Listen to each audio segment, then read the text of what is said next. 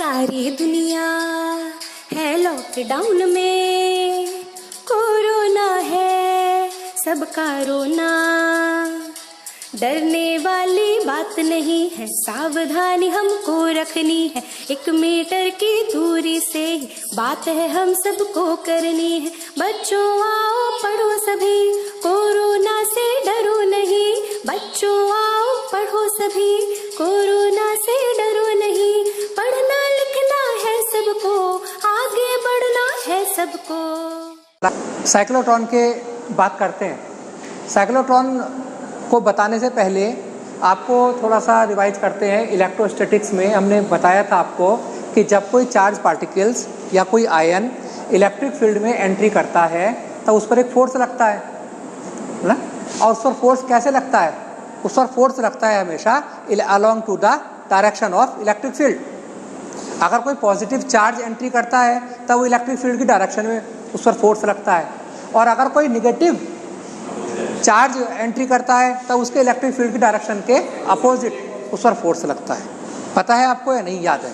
भूल तो नहीं गए? याद है।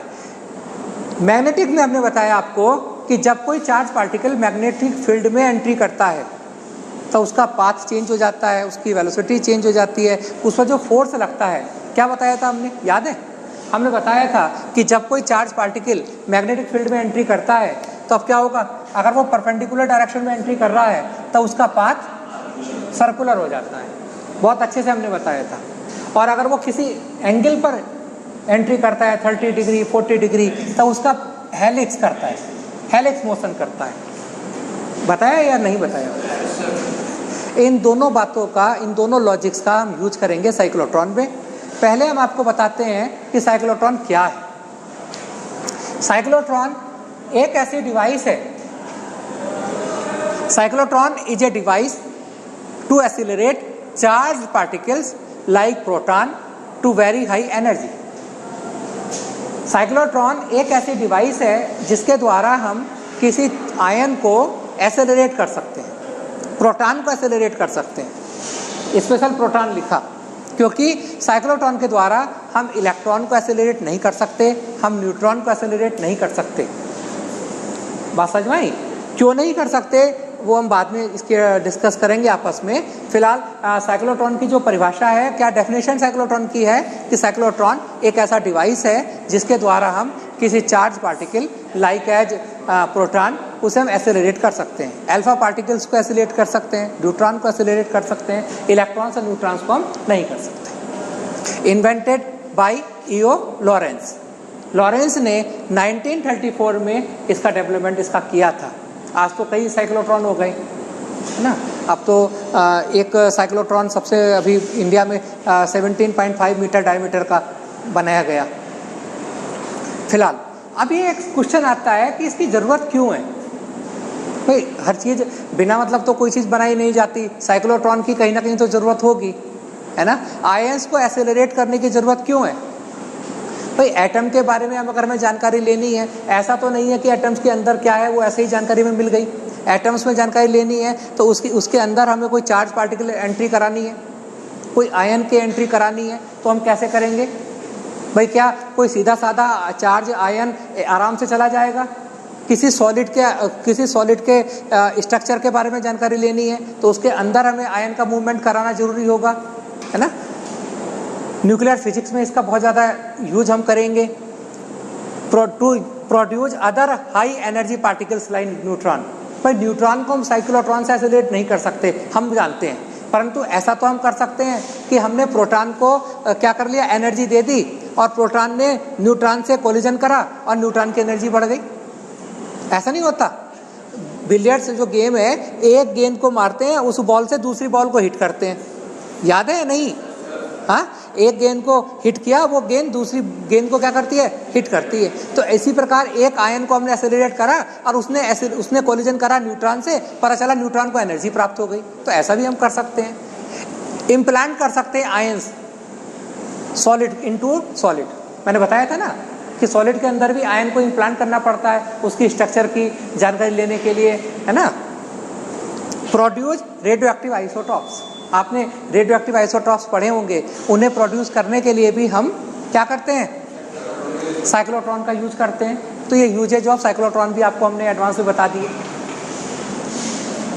अब बात करते हैं कि इसका प्रिंसिपल क्या है, इसमें हम चाहते क्या हैं, एक्सेलरेट हम कैसे करते हैं। देखो भाई, दो बातें हैं, हम इलेक्ट्रिक फील्ड का यूज करेंगे, हम मैग्नेटिक फील्ड का यूज करेंगे।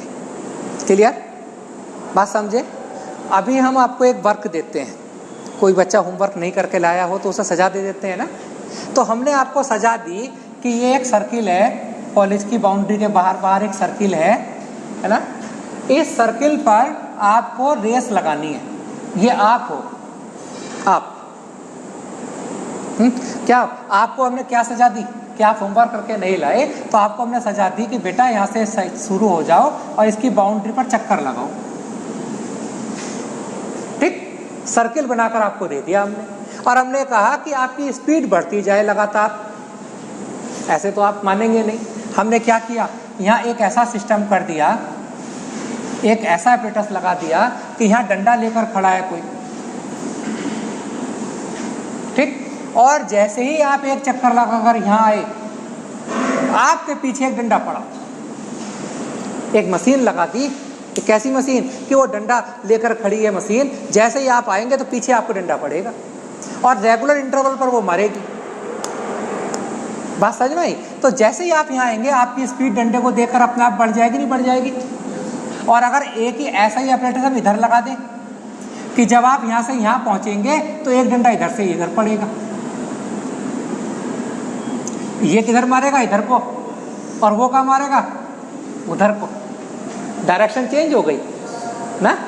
अगर इधर को मारने लगा तो क्या होगा, फिर तो आप यहाँ से डंडा पड़ा इधर को चलेगा, वहां से डंडा इधर को आ गया। ऐसा नहीं करना। हमें क्या कराना है, अभी मैं सिद्धांत पर ही आऊंगा, अभी तो आपको बता रहा हूं कि हम वेलोसिटी कैसे बढ़ा रहे हैं, ठीक। और वेलोसिटी किधर बढ़ा रहे हैं, इस डायरेक्शन में,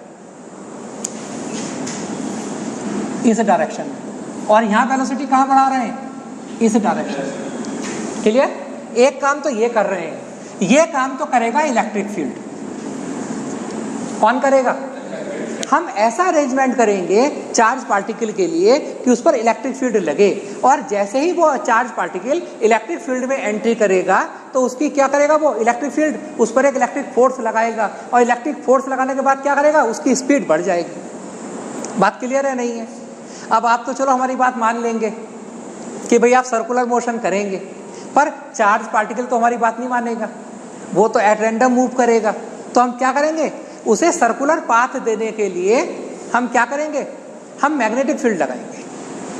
क्या लगाएंगे, हम ऐसा मैग्नेटिक फील्ड लगाएंगे, इस प्रकार मैग्नेटिक फील्ड लगाएंगे कि जैसे ही कोई चार्ज पार्टिकल उस मैग्नेटिक फील्ड में एंट्री करेगा, वो परपेंडिकुलर डायरेक्शन में करेगा और उसका पाथ सर्कुलर हो जाएगा। बात समझ में आई आपको, नहीं आई।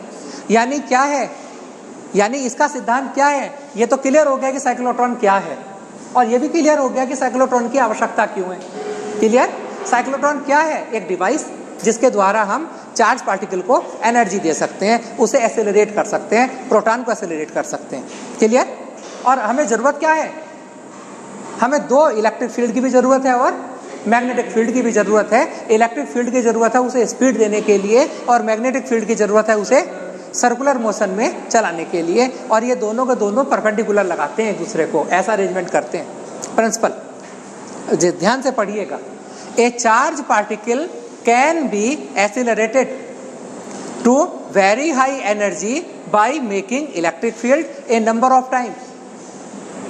आपका होमवर्क ना करके लाने का तरीका एक बार में नहीं मानने वाले आप कि आपके एक डंडा मार दिया पीछे से और आप मान गए, है ना। हमें तो वेलोसिटी उसकी लगातार बढ़ानी है, तो आपको चक्कर, जितनी बार आप चक्कर काटेंगे, एक number of times electric field की सहायता से उसकी वेलोसिटी बढ़ानी है, नंबर ऑफ टाइम। जितनी बार आप राउंड लेंगे उतनी बार आपको 2 बार अटैक होना, इधर भी उधर भी, इधर लगेगा चपत इधर को, उधर लगेगा, ठीक। आगे, this can be done with the help of perpendicular magnetic field which throw the charge particles into a circular motion.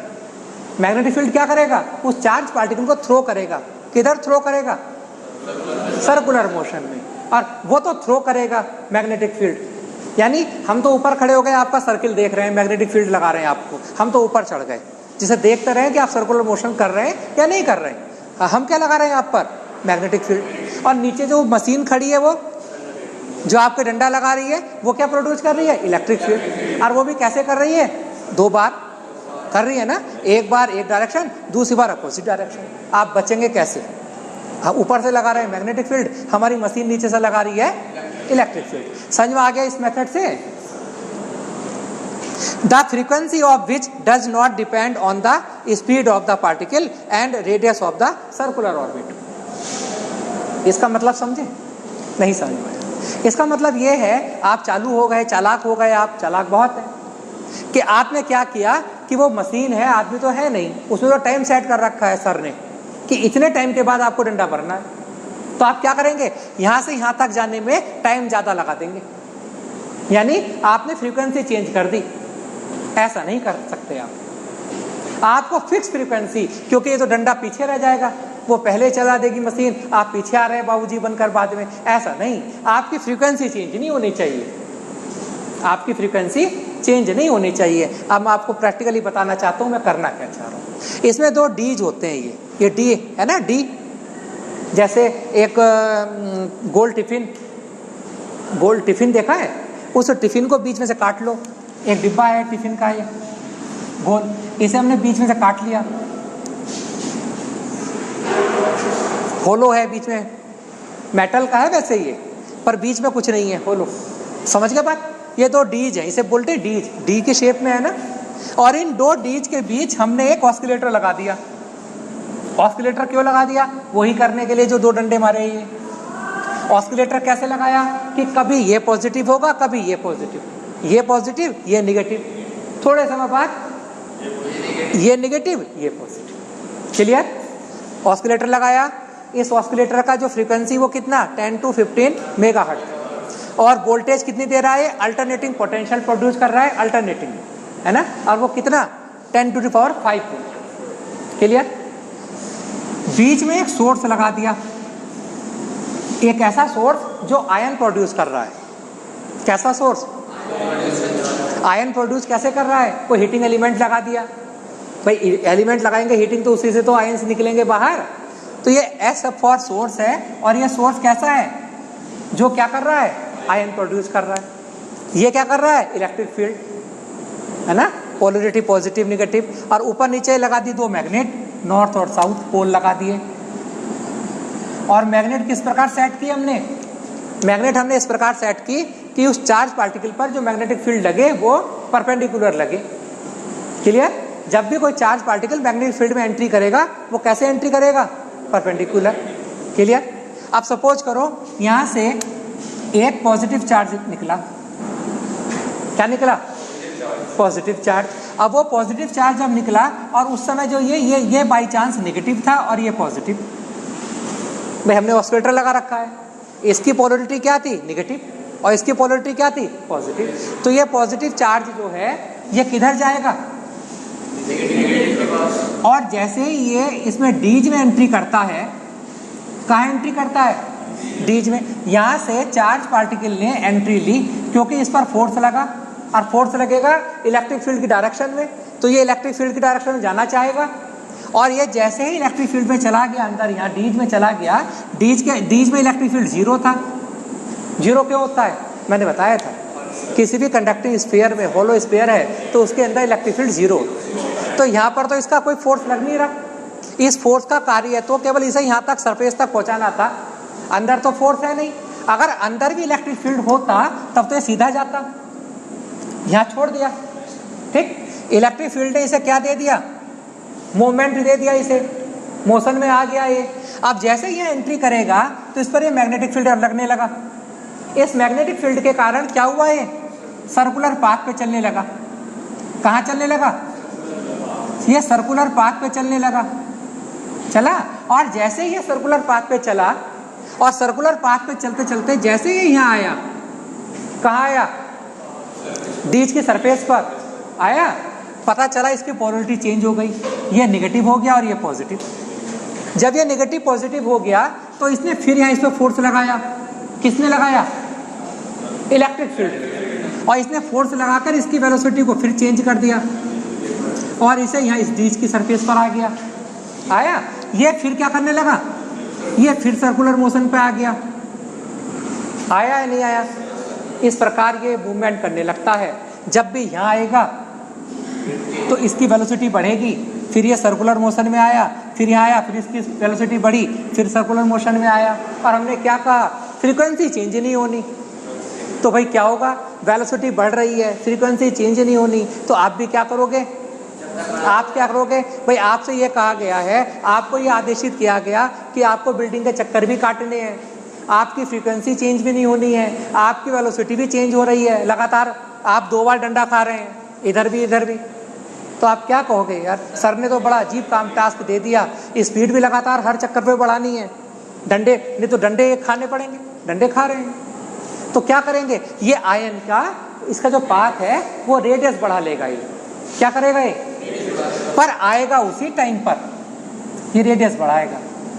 और जब भी यहाँ आएगा तब भी क्या होगा, इसकी वेलोसिटी बढ़ेगी, फिर क्या होगा, फिर बढ़ेगी, फिर क्या होगा, फिर बढ़ेगी। और एक बार नहीं बढ़ रही, एक चक्कर में 2 बार इलेक्ट्रिक फोर्स इस पर लग रहा है, और एक बार इधर इधर को और एक बार इधर नहीं। तो ये बढ़ते बढ़ते बढ़ते बढ़ते जब वो एक स्थिति ऐसी आएगी कि हम इसे जहां में ले जाना है और जितनी एनर्जी तक इसे देनी है वो हम इसकी मेजरमेंट इसका करते रहेंगे कि भाई इसकी एनर्जी अब इतनी हो गई, अब इतनी हो गई। मन माफिक एनर्जी पर आने पर इसे हम क्या करेंगे, जैसे ये पॉजिटिव चार्ज है तो कभी कभी यहाँ हम निगेटिव रख देते हैं जिससे उधर की तरफ वो अट्रैक्ट हो जाए, और वहां से हम क्या करते हैं, इसे टारगेट पर लगा देते हैं जिस पर हमें इसे टारगेट करना होता है।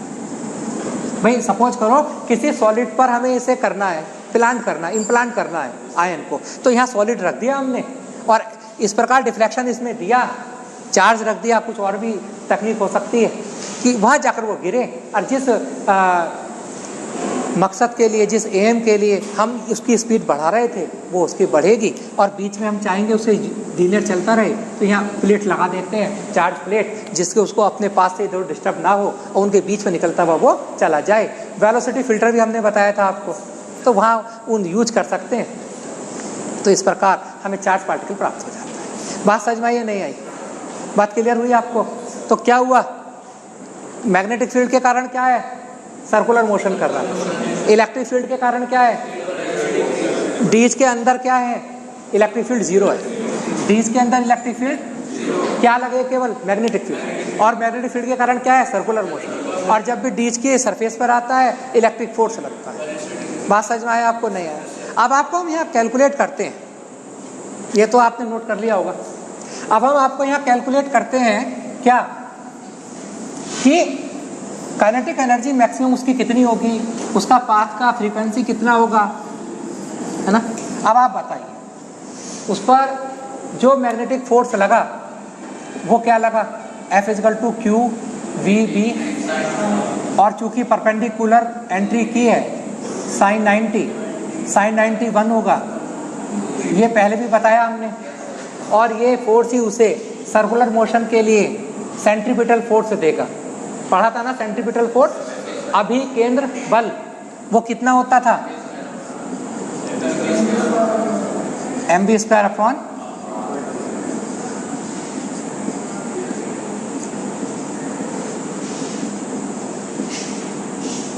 यह है ना, ये आया नहीं आया। काइनेटिक एनर्जी कितनी मैक्सिमम होगी, 12 mv², है ना। और मैक्सिमम कहाँ आएगी, इसकी रेडियस पर, बिल्कुल सरफेस पर, वही तो मैक्सिमम होगी। मैक्सिमम के लिए क्या लगाएंगे, कैपिटल R।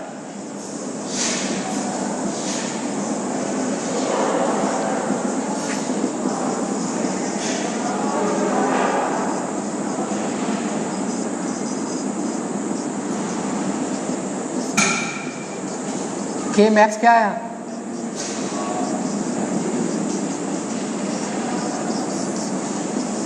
बोलो, क्लियर हुआ या नहीं, क्लियर है आपको। अच्छा एक बात और बताइए, अगर सपोज करो हमने V डिफरेंस लगाया है, पोटेंशियल डिफरेंस कितना V, है ना, तो एक चक्कर के लिए उसकी काइनेटिक एनर्जी कितनी बढ़ गई, एक चक्कर में काइनेटिक एनर्जी कितनी हुई। सपोज करो ये पॉजिटिव आयन था और यहाँ ये दो जगह था ना, दो जगह था या नहीं था, इस जगह कितनी एनर्जी चेंज हुई, QV कितनी, और इस जगह कितनी होगी, QV नहीं। तो चेंज इन काइनेटिक एनर्जी पर टन्स, एक टन्स में कितनी हुई, 2 QV कितनी हुई। और अगर वो चार्ज पार्टिकल n चक्कर काटता है तो क्या हुआ, 2n QV। तो ये भी फॉर्मूला हुआ और ये क्लियर है, आपको क्लियर है या नहीं है। फ्रीक्वेंसी के लिए बात करते हैं। फ्रीक्वेंसी कितनी होगी, t की वैल्यू आपने कैलकुलेट की थी पहले, t इक्वल टू 2πm/QV की थी या नहीं। फ्रीक्वेंसी क्या होगा, कितना होगा,